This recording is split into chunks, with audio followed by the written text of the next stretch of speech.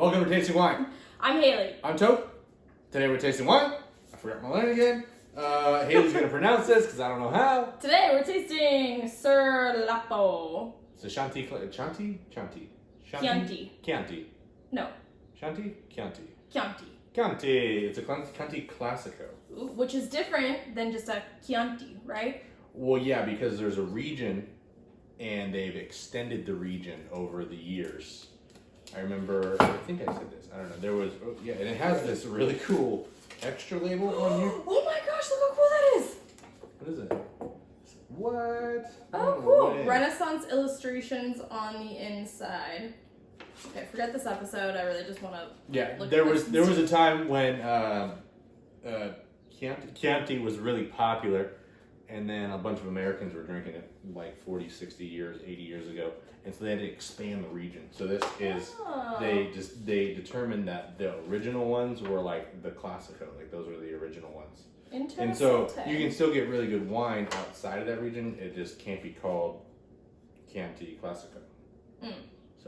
So I would assume the Classico means it's the classic. It's the classic region. Well, classic region. Right. I would say, yeah. That's what I meant. The classic region. Classic region. How cool. Yeah, I want to look at that later. Added bonus. We can frame it. We will probably not frame it, but it's really cool. I always like a little extra pizzazz in my wine bottles. So how much was this one? This one, wow, that cork looks so This was old. $32. 32? Oh. $32. Oh my god. Oh, sorry. Oh, that's pretty goosebumps. Nope. Mm-mm. No, thank you.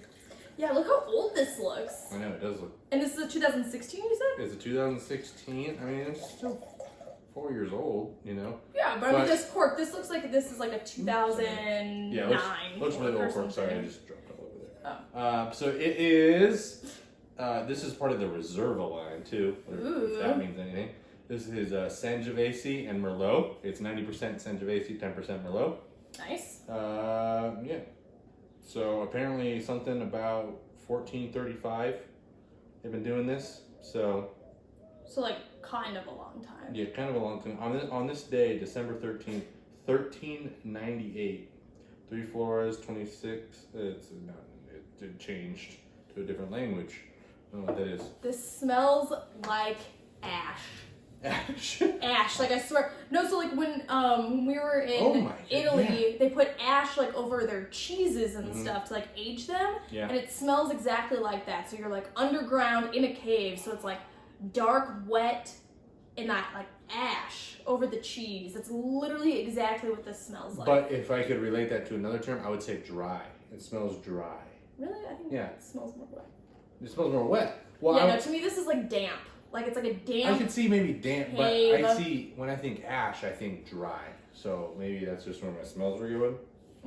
I mean, but I can see it's how cool. I don't know what those smells are, but a lot of these wines have that smell, and it's got to be something in the dirt. Something in the dirt. It's got to be something in the dirt. There's no way it's not, or in the weather and all that too. But at the same time, this also has like really bright fruits. Like it has definitely like strawberry, like a really nice ripe strawberry. See.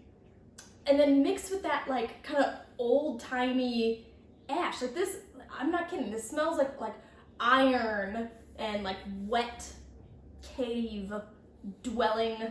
I could see stuff. that. Yeah. I could see the wet cave. I get the ash. I could see like the bright strawberries and fruit and stuff like that.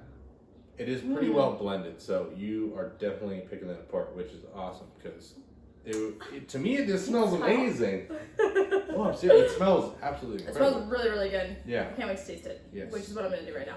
Yeah, I mean for $30 so far, worth it for the smells alone. Is it a disappointment? No, it's super interesting. It's almost like crab apple. Like you've had like crab apples before, right? I don't know what that is. It's like bitter. Yeah, that's kind of what crab apples taste like. Like they're like those like super small apples that you can pick off trees, and they're kind of like sour, bitter, kind of. I'm not kidding. When I tasted that, it literally felt like it tumble rolled all the way to the back of my tongue. Okay, Mr. Dramatic. Whatever. I'm just really in tune with my senses, okay? Holy cow.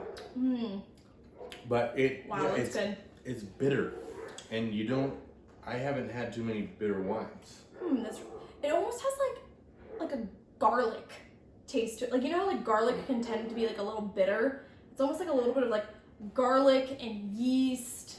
I can see the yeast. I'm not getting too much. Kind of that sort of thing. Garlic, but I mean, not like the super like pungent garlic, like as if you like bit into it, but like how garlic can be kind of like bitter. Yeah, I would say that mixed with crab apple. Oh man, now I know why they say this pairs well with pizza and pasta. This sounds like it would. Oh well, yeah. I mean, just on the smells alone, it seems like it goes so well.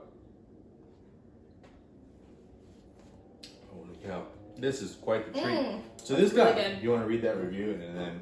The question? Yeah, the question from review. Like I'm on the podcast. So yeah, this got insanely high ratings from James Suckling and then JD. I forget what JD was. Like if he was like a sommelier or something? Yeah, he's like a wine reviewer like James Suckling. So yeah, I got 97 and a 95.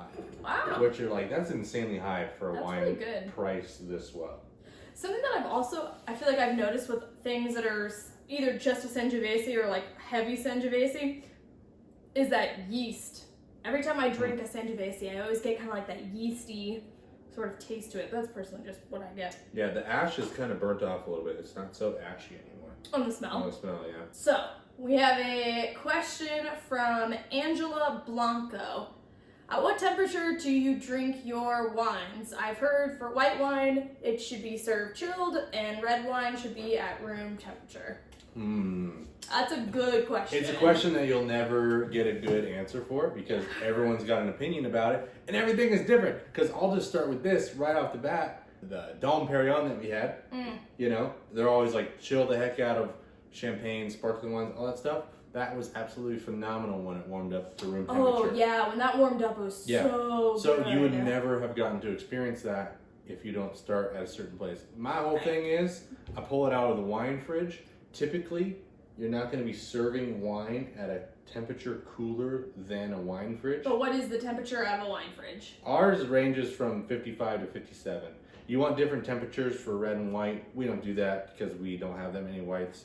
So you could just store whites lower if they need to be cooler or whatever. But I typically go pull it out of the wine fridge, pop it, pour it, see how it tastes, let it warm up to room temperature.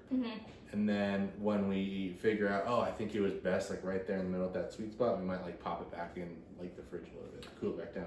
Yeah, I think there is this misconception where like whites should always be chilled and reds should always be like warmer. But sometimes when I drink a red, I'm like, I feel like this might taste better if it was a little bit cooler. So I think it's really wine specific, and it's probably like your taste. Yeah, taste specific for sure. That's what I was saying. Like the whole thing is, it's all subjective. Yeah. It's what you like. But I do enjoy when a winemaker puts their serving temperature on the label. Yeah, that is like the absolute best. Because they're the person making the wine. They probably know more about it than I do. They for sure. And I would love any input on how they enjoy it. Because at some point, I want to feel like I'm enjoying it the same way that person would.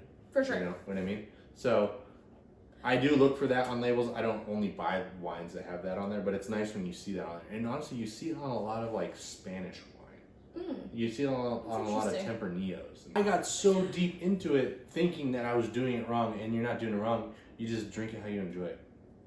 There you go. If you want to put an ice cube in your white wine. Or your red wine. I mean, I'm judging you. But no, I don't like warm white wine. Can we all just like collectively agree on that? Yeah, like, warm white wine, warm not white wine ideal. is so gross. But certain ones we syrupy. don't. Yeah, it can get really syrupy. Why? I wonder why that is. A lot of Pinot Grigios get syrupy.